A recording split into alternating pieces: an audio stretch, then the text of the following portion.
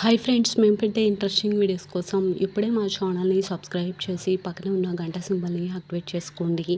అలా చేయటం వల్ల మేము పెట్టే ప్రతి ఒక్క వీడియో నోటిఫికేషన్ మీ వరకు ఈజీగా వచ్చేస్తుంది. ఇక లేట్ చేయకుండా వీడియోలో ఏం జరుగుతుందో చూసేయండి.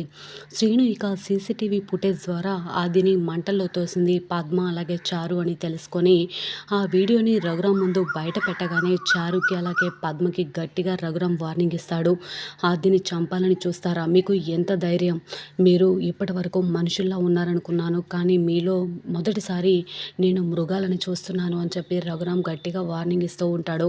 మరి నిజంగా సీను నిజాన్ని బయట పెట్టడంతో రఘురాం పద్మాచారుకి గట్టిగానే వార్నింగ్ ఇచ్చాడా? నిజంగా ఏం జరిగింది తెలుసుకోవాలి అనేది ఈ వీడియో చివరి వరకు చూడండి ఫ్రెండ్స్. నచ్చితే ఒక లైక్ చేయడం మర్చిపోకండి. ఇక లేట్ చేయకుండా వీడియోలో ఏం జరుగుతుందో చూసేయండి. ఇకపోతే రామలక్ష్మి గురించి ఇక శౌర్య ఆలోచిస్తూ ఉంటాడు.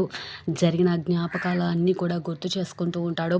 ప్రశాంత్ ఆ రోజు తప్పు చేసినా కూడా ఆ తప్పుని శౌర్య తన మీద వేసుకుంటాడు. కానీ ప్రశాంత్ మాత్రం ఇంకా మారకుండా ప్రభాస్తో చేతులు కలిపి ఆ వీడియోని ఎడిటింగ్ చేసి అక్కడ ఉన్నదంతా కూడా శౌర్యలాగా మొత్తం క్రియేట్ చేసి వీడియోని అప్లోడ్ చేయడం. రామలక్ష్మి ఇక స్టేజ్ మీద అందరి ముందు కూడా శౌర్య చంప పగలగొట్టి, మీలాంటి కోచ్లు ఉన్నంతకాలం ఏ ఆడపిల్ల జీవితం బాగుపడదు, మీలాంటి వాళ్ళు కోచ్గా మంచిగా నమ్మించి ఆడపిల్లకాలకు జీవితాలు ఇస్తారని అనుకుంటారు, కానీ మీలాంటి కోచ్ల రూపంలో మృగాల్ని చూడాల్సి వస్తుంది. ఈరోజు నా జీవితం నాశనం అయినట్లే మరొక ఆడపిల్ల జీవితం నాశనం అవ్వద్దు అని చెప్పి రామలక్ష్మి ఇక శౌర్య చంప పగలగొట్టి ఏడ్చుకుంటూ అక్కడి నుంచి వెళ్ళిపోతుంది. అక్కడున్న ప్రతి ఒక్కరు కూడా నీలాంటి వాడికి మేము సత్కారం చేయాలనుకుంది, నీలాంటి మృగం మనుషుల మధ్య ఉండడానికి వీల్లేదు, ఈరోజు రామలక్ష్మి ద్వారా నిజం బయటపడింది కాబట్టి తెలిసిపోయింది అని చెప్పి అలాంటి కోచ్ వద్దు అని చెప్పి తనని ఇక కాలేజీలో అడుగు పెట్టొద్దని చెప్పి గట్టిగా వార్నింగ్ ఇస్తారు కాలేజ్ యాజమాన్యం. శౌర్యను మెడపట్టి బయటకు గట్టడంతో చాలా బాధపడుతూ ఉంటాడు. ఇకపోతే ఆద్య వీడియో చూస్తూ ఉంటే అటువైపుగా వెళ్తున్న జానకి ఆద్య చేతిలో ఉన్న ఫోన్ తీసుకొని వీడియోని చూసి, ఏంటమ్మా ఆద్య ఎలా జరిగింది అని అంటూ ఉంటే, అదే నాకు కూడా అర్థం కావట్లేదు పెద్దమ్మ అని చెప్పి అంటూ ఉంటుంది. వెంటనే ఇక ఆద్య చెప్పిన మాట వినక ముందే జానకి గట్టిగా ఏమండి ఏమండి అని చెప్పి గట్టిగా కేకలు వేస్తూ ఉంటుంది. రఘురామ్ అలాగే ఇంట్లో అందరూ కూడా వచ్చేస్తారు. ఆద్య సెల్లు చేతిలో అది తీసుకొని జానకి వెంటనే రఘురామ్ చేతికి ఇవ్వగానే వీడియోని చూసి షాక్ అయిపోతాడు. ఇంట్లో అందరూ కూడా ఒకరి తర్వాత ఒకరు వీడియోని చూస్తారు. రామలక్ష్మి పాపం ఏడ్చుకుంటూ ఇంటికి వచ్చేస్తుంది. ఇకపోతే రఘురామ్తో శివరామ్ ఇలా అంటూ ఉంటాడు, చూసావా అన్నయ్య, ఆ రోజే వాడిని చంపేద్దాము అంటే నా మాట వినలేదు, ఈరోజు వాడు ఎంతకు తెగించాడో చూసావు కదా, మన రామలక్ష్మి జీవితాన్ని నాశనం చూసిందే కాకుండా ఈరోజు మన కుటుంబ పరువుని అంతా కూడా మంట గలపాలని చూశాడు, అలాంటి వాడిని మనం ఏం చేసినా పాపం లేదు అని చెప్పి అంటూ ఉంటే, బాబాయ్ మీరు తప్పుగా అపార్థం చేసుకుంటున్నారు, శౌర్య సార్ అలాంటి వారు కాదు, ఇన్ని రోజుల నుంచి ఒక్క ఆడపిల్ల జోలికి కూడా పోయిందే లేదు, ప్లీజ్ తప్పుగా అపార్థం చేసుకోకండి అని చెప్పి ఆద్య అంటూ ఉంటే, ఏంటమ్మా ఆద్య, నీకు ఆ కోచ్ గురించి ఏమీ తెలీదు, నేనే స్వయంగా రామలక్ష్మిని నాశనం చేయాలనుకున్నాను అని చెప్పి నిజాన్ని బయట పెట్టాడు అని చెప్పి అనగానే, లేదు బాబాయ్ నా మాట నమ్మండి అని చెప్పి అంటూ ఉంటే, అలాంటి వాడిని బ్రతకనివ్వను, ఈరోజు వాడు అంతు చూస్తాను అని చెప్పి రఘురామ్ ఇక ఇంట్లోనికి వెళ్ళి తుపాకీ తీసుకొని వస్తూ ఉంటే ఇంట్లో అందరూ కూడా షాక్ అయిపోతారు. ప్లీజ్ పెద్దనాన్న నా మాట వినండి అనగానే, రామలక్ష్మి జీవితాన్ని నాశనం చేయాలని చూసిన వాడిని నువ్వు అడ్డుపడడం ఏంటి, నేను ఆగిపోవడం ఏంటి, పద శివరామ్ అని చెప్పేసి రఘురామ్ అలాగే శివరామ్ ఇద్దరు కూడా బైక్ మీద బయలుదేరి వస్తూ ఉంటారు. శౌర్య మాత్రం బాధపడుతూ ఆలోచిస్తూ ఉంటాడు రామలక్ష్మి గురించి. వెంటనే ఇక డోర్ తన్నుకొని శివరామ్ వచ్చి కాలర్ పట్టుకొని శౌర్యని గట్టిగా కొడుతూ ఉంటాడు. నేను ఏ తప్పు చేయలేదు, నన్ను తప్పుగా అపార్థం చేసుకోకండి సార్ అన్న కూడా, నా కూతురు జీవితాన్ని నాశనం చేయాలనుకుంటావా అని చెప్పి రఘురామ్ శివరామ్ ఇద్దరు కూడా శౌర్యని బాగా కొడుతూ ఉంటారు.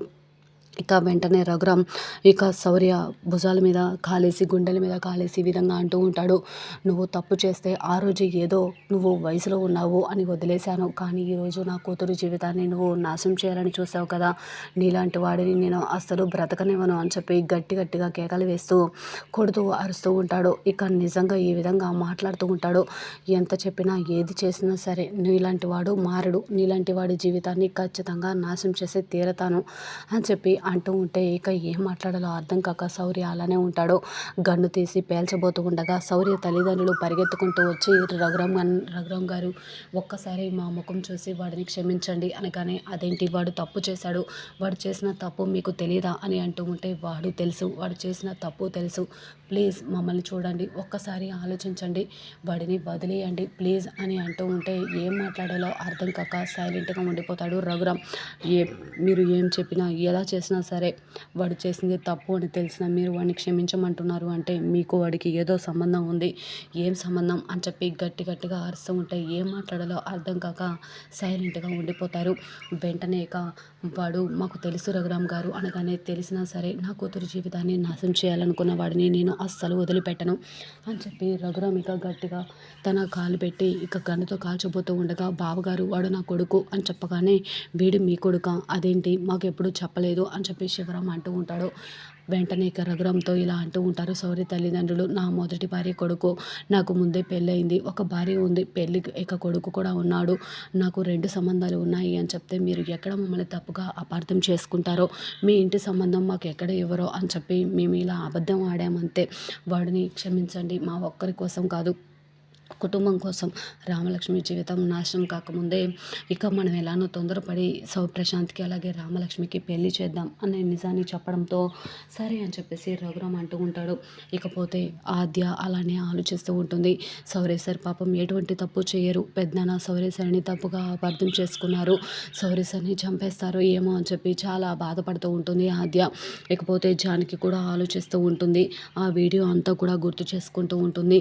ఇక వెంటనే ప్రశాంత్ వచ్చి రఘురామ్తో ఇలా అంటూ ఉంటాడు, మామి గారు మీరు వాడు తప్పు చేసిన దాని గురించి ఆలోచించకండి, నేను అటువంటి తప్పు ఎప్పటికీ చేయను, నేను ఖచ్చితంగా రామలక్ష్మిని పెళ్లి చేసుకుంటాను, రామలక్ష్మికి ఒక జీవితాన్ని ఇస్తాను అని చెప్పగానే, చూసావా నువ్వు ఒక ఆడపిల్ల జీవితాన్ని నాశనం చేయాలని చూసావు, కానీ నీ తమ్ముడు అదే ఆడపిల్ల జీవితాన్ని నిలబెట్టాలని చూస్తున్నాడు, అది ప్రశాంత్ అంటే అని చెప్పి ప్రశాంత్ గురించి గర్వంగా పొగుడుతూ పద శివరామ్ అని చెప్పి అక్కడి నుంచి వెళ్ళిపోతూ ఉండగా, ప్రశాంత్ వాళ్ళ అమ్మ ఇలా అంటూ ఉంటుంది, జరిగిపోయింది కదా అన్నయ్య గారు, త్వరలోనే మంచి ముహూర్తం చూసి ఇద్దరికి కూడా పెళ్లి జరిపిద్దాం అని చెప్పగానే, సరేనమ్మా నేను మంచి ముహూర్తం చూసి కబురు పంపుతాను అని చెప్పి అక్కడి నుంచి వెళ్ళిపోతాడు. ఇక వెళ్ళిపోయిన తర్వాత వెంటనే ఈ విధంగా మాట్లాడుతూ ఉంటారు, ఏది ఏమైనా సరే ఇలా జరిగిన దానికి నన్ను క్షమించండి అని చెప్పేసి మాట్లాడేసరికి ఇక శౌర్య ఇలా అంటూ ఉంటాడు, తప్పు చేసింది వాడు, ప్రతిదీ చేసింది వాడు, కానీ నేను శిక్ష అనుభవించాల్సి వచ్చింది అనగానే, నేను మాత్రం వీడియో తీసి అప్లోడ్ చేయలేదు, నాకు ఎటువంటి సంబంధం లేదు అని చెప్పి అంటూ ఉంటాడు. ఒక్కసారిగా షాక్ అయిపోతాడు శౌర్య. మరి శౌర్య నిజంగా ఆ వీడియో ఎవరు తీశారు ఏంటి అని తెలుసుకున్న ప్రవాస్ని మరి ఏం చేయబోతున్నాడు, మరి సీసీటీవీ ఫుటేజ్ ద్వారా సీను ఇక నిజంగా చారు అలాగే పద్మ ఇద్దరు కూడా తప్పు చేశారని తెలుసుకొని రఘురామ్ ముందు నిలబెడితే, రఘురామ్ ఇక చారు పద్మని ఏం చేయబోతున్నాడు, నిజంగా అదే జరిగితే ఆద్యని చంపాలని చూసిన చారుకి ఇక జీవితంలో ఇంట్లో అనుమతి లేదని ఇంటి నుంచి బయటకు గెట్టేస్తే మరి చారు పరిస్థితి ఏమవుతుంది, నిజంగా ఏం జరుగుతుంది అనేది చూడాల్సిందే.